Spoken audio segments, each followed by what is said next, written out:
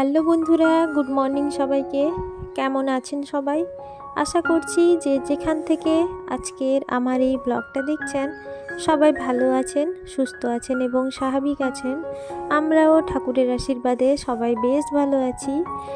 আজকে একেবারে সকালবেলা ঘুম থেকে উঠে সমস্ত কাজ আগে শেষ করে নিয়েছি।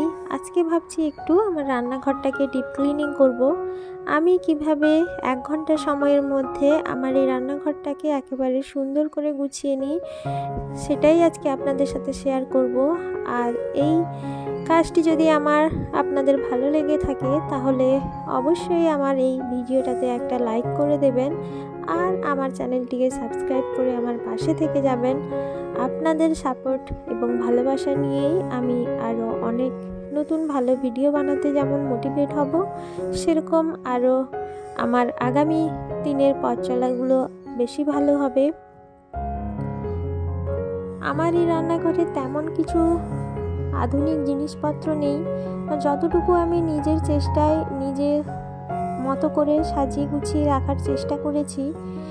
যেহেতু এই জায়গাটায় আমার বেশিরভাগ সময় কাটে, সেই জন্য এই জায়গাটাকে আমি একেবারে নিজের মতো করে গুছিয়ে রাখার চেষ্টা করি, যাতে আমি আমার সুবিধা মতো সমস্ত জিনিসপত্রগুলো ঠিকঠাকভাবে খুঁজে পেতে পারি এবং সেটা যাতে আমার কাজের অসুবিধা না হয়, সেই জন্য আমি এটাকে আমার মতো করে সবসময় গুছিয়ে রাখার চেষ্টা করি।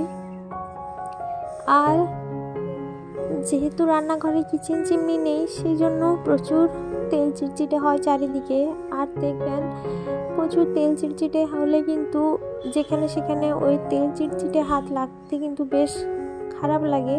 সেই জন্য প্রায় সপ্তাহে একবার করে আমি আমার এই রান্নাঘরটাকে খুব সুন্দর করে ডিপ ক্লিনিং করে নিই। এই যে মশলা রাখার কৌটোগুলো এখানে থাকে, তো সব সময় তো আর এটা একেবারে হাত ধুয়ে নেওয়ার সুযোগ হয় না, সেই জন্য তেল মশলা এটা সেটা লেগে কৌটোগুলো কেমন চিটচিটে হয়ে যায়। আর এই যে স্ট্যান্ডটা দেখছেন, সেই জায়গাটাও খুবই নোংরা হয়ে যায়, প্রত্যেক দিন সরিয়ে মোছা সম্ভব হয় না। সেই জন্য যেদিন একেবারে ডিপ ক্লিনিং করি সেদিন সমস্ত কিছু একেবারে সরিয়ে গুছিয়ে ভালো করে মোছার চেষ্টা করি। তো সেই জন্য কৌটোগুলোতে যেহেতু মশলা সবটা ভর্তি আছে, ওই জন্য কৌটোগুলো উপর দিকটা করে ভালো করে ধুয়ে দেব।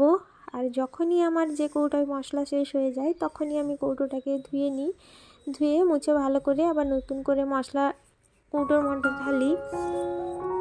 তো সেই জন্য আমি আজকে কৌটোর মুখগুলো খুব ভালো করে বন্ধ করে দিয়ে তারপরে ভালো করে ওই তেল চিটচিটে ভাবটা তুলে দেব।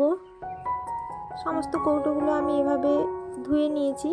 এবার একটা কাপড় দিয়ে ভালো করে মুছে নেব, মুছে এবার ওই স্ট্যান্ডের মধ্যে রেখে দেব।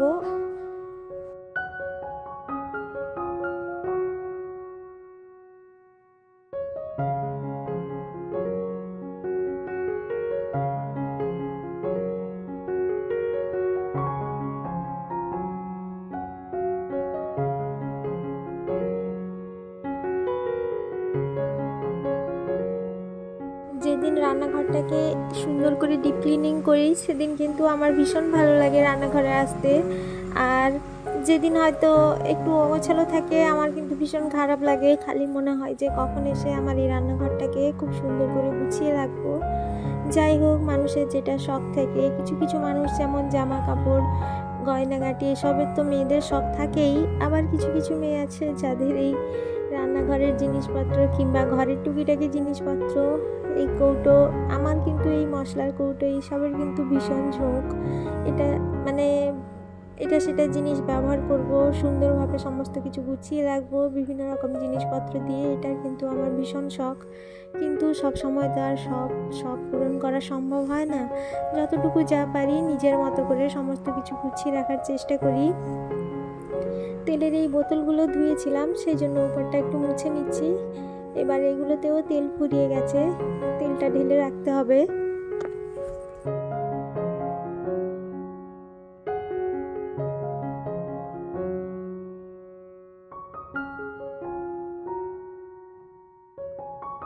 আসলে কি বলুন তো, এই যে ইউটিউবে ভিডিও করা বা ইউটিউবে কাজ করা, এটা কিন্তু একটা শখ বলতে পারেন।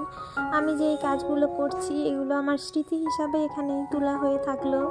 পরে যখন আমার ইচ্ছা হবে, যখন আমার অনেক বয়স হয়ে যাবে, কিংবা আমার ছেলেমেয়েরা যখন বড় হবে, তারা দেখবে যে আমি কিভাবে কি করতাম। হয়তো আমি না থাকলেও তারা এগুলো দেখবে এবং আমার কথা মনে করবে। এটা কিন্তু একটা স্মৃতি বলতে পারেন। আমি কিন্তু এটা ভালোবেসে করি। এই কাজটা অবশ্যই প্রত্যেকেরই ভালোবেসে করা উচিত। আর এই যে ফুলগুলো দেখছেন, এগুলো হচ্ছে আর্টিফিশিয়াল। যখন রান্নার ভিডিও করি তখন এইগুলো পাশে দেওয়া থাকলে দেখতেও বেশ ভালো লাগে, আর এমনি তো রান্নাঘরে সাজানো থাকলে দেখতে বেশ ভালো লাগে। যেহেতু একেবারে কড়াইয়ের পাশে থাকে, সেই জন্য প্রচুর তেল চিটচিটে হয়েছে, তো সেটাকে একটু ভালো করে ধুয়ে নিচ্ছি। আর রান্নাঘরে এগুলো হচ্ছে আবার আমার ছেলের খেলার জিনিসপত্র। ও এলেই বলবে মা গাছ দাও, ফুল দাও, ওগুলো নিয়ে ছুঁড়বে, ভাঙবে, ওইসবই করে। আর এখানে কিছু কিছু জিনিস ফুরিয়ে গেছিলো, যেমন ডাল, হলুদ, লঙ্কার গুঁড়ো, ওইগুলো সব কৌটোর মধ্যে ঢেলে রাখবো।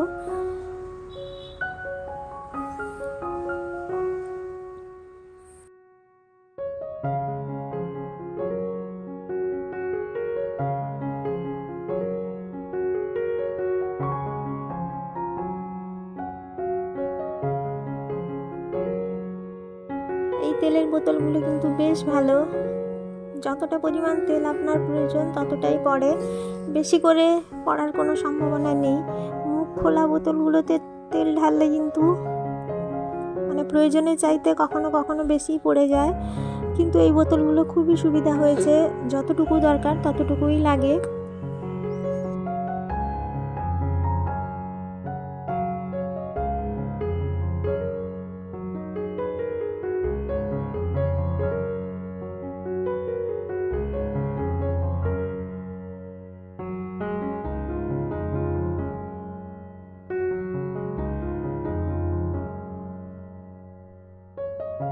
সমস্ত জিনিসপত্র এভাবে ধুয়ে মুছে গুছিয়ে একেবারে রেখে দিয়েছি। এবার শুধু সাজিয়ে নেওয়ার পালা।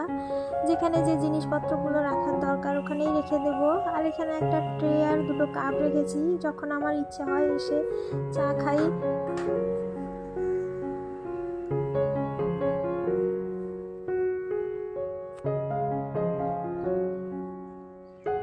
আর এই যে জানলাটা দেখছেন, এই জানলার কথা আর কি আর বলবো, মানে এখানে এতটা পরিমাণে তেল চিটচিটে হয়েছে যে সে আর বলার কথা নয়। এটা পরিষ্কার করতে আমার প্রায় 15 থেকে 20 মিনিট লেগে গেছে। মানে পুরো রান্নাঘরটা আমার পরিষ্কার করতে না যতটা টাইম লেগেছে, এই জানলাটা আমার পরিষ্কার করতে ঠিক ততটাই টাইম লেগেছে। এতটা পরিমাণে তেল চিটচিটে এখানে হয়েছিল যে মানে হাত দিতেই কেমন লাগছিল, মনে হচ্ছিল হাতের মধ্যে ওই তেলগুলো সবসময় এসে পড়বে। তো সেই জন্য একেবারে সুন্দর করে ভালো করে পরিষ্কার করে নিচ্ছি। আর এই যে দেখছেন কালো কালো হয়ে আছে, এগুলোকেও ঘষে তুলে দিয়েছি।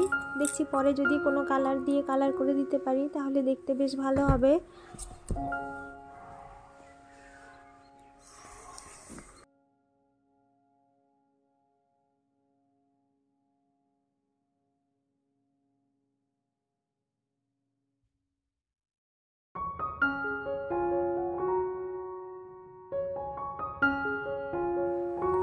কিচেন চিমনি থাকলে হয়তো এতটাও তেল চিটচিটে হতো না, যেহেতু চিমনিটা নেই তো সেই জন্য একেবারে জানলার সামনেই যেহেতু ওভেনটা আছে, ওই জন্য প্রচুর পরিমাণে তেল এসে এই জানলায় জমা হয়েছে।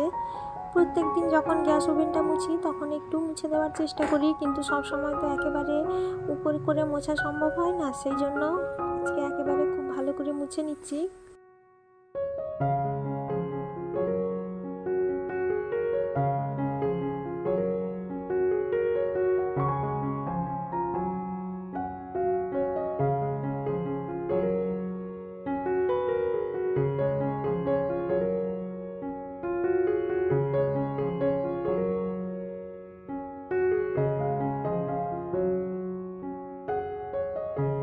আমার ভিডিও আপনাদের কেমন লাগছে অবশ্যই আমাকে কমেন্ট করে জানাবেন।